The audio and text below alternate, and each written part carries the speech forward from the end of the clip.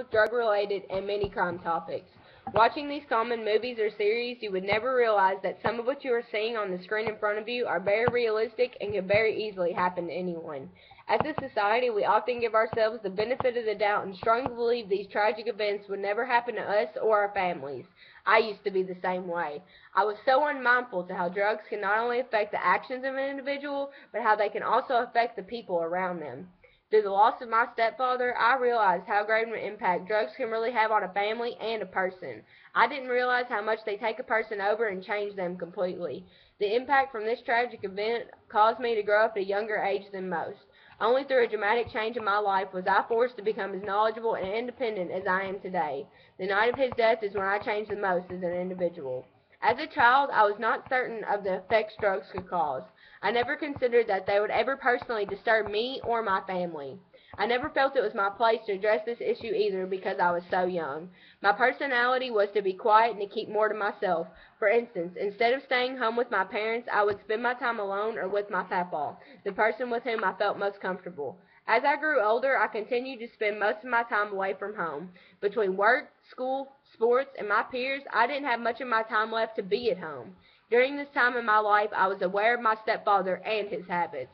When I was home, I always saw him drinking, but I never said anything to him about it because I never felt it was my place and my opinion didn't matter. Even though I didn't want to approach this while it was occurring, I was eventually forced to. On January 12, 2012, I pulled into my driveway as usual after getting off from my long shift at work. I walked through the front door expecting to see my mom and dad sitting in front of the television as usual. This was not the case.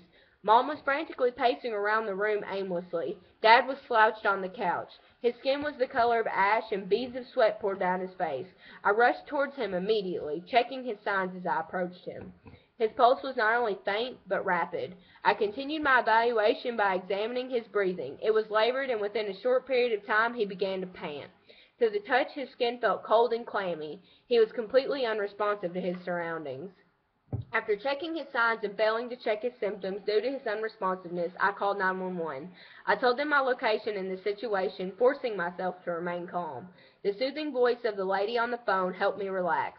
She stayed on the line until the ambulance arrived. She told me, "Keep checking his signs, make sure his pulse remains palpable. The ambulance will be there soon."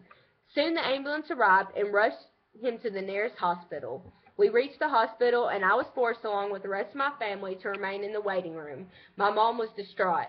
As we waited, I tried to comfort her and my brother, but I could do nothing to help the outcome of the situation.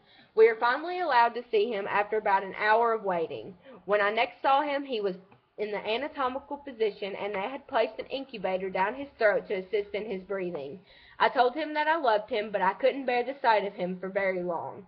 The doctors informed us that he had been given medication in the ambulance in an attempt to reverse an overdose. Due to the many years of continuous drinking, his liver was the first organ to fail. Soon after, his kidneys failed too.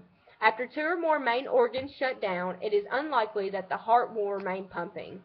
He experienced a mild myocardial infarction during an attempt to transport him by helicopter to Central Baptist Hospital.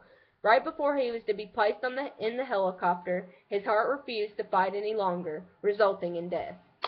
My views towards alcohol and substance abuse have changed dramatically due to this experience. I have never been able to have the same perspective I had once before. The emotional growth I've established over this short amount of time has forced me to become tremendously outspoken. My mother has been recently undergoing post-traumatic stress and has been abusing drugs. Unlike before, I was less observant and unaware. I wouldn't have noticed the change in attitude and signs of drug abuse. I addressed this issue by taking charge. I told her if her ways didn't change, I would change them for her by getting her the help she needed. In the time after my dad's death, I have changed from being the child of the household to more so the leadership role. I held a full-time job throughout my senior year and supported my mother and myself. As an individual, emotional maturity is the most immense change I have endured. I used to be more reserved and unaware of my surroundings. In contrast, I am now evidently more observant and speak my mind. This tragic event not only ripped my family in half, but forced me to grow up in a timely manner. This position shift within my life also forced me to become independent and aware of the tolls drugs can take on a family.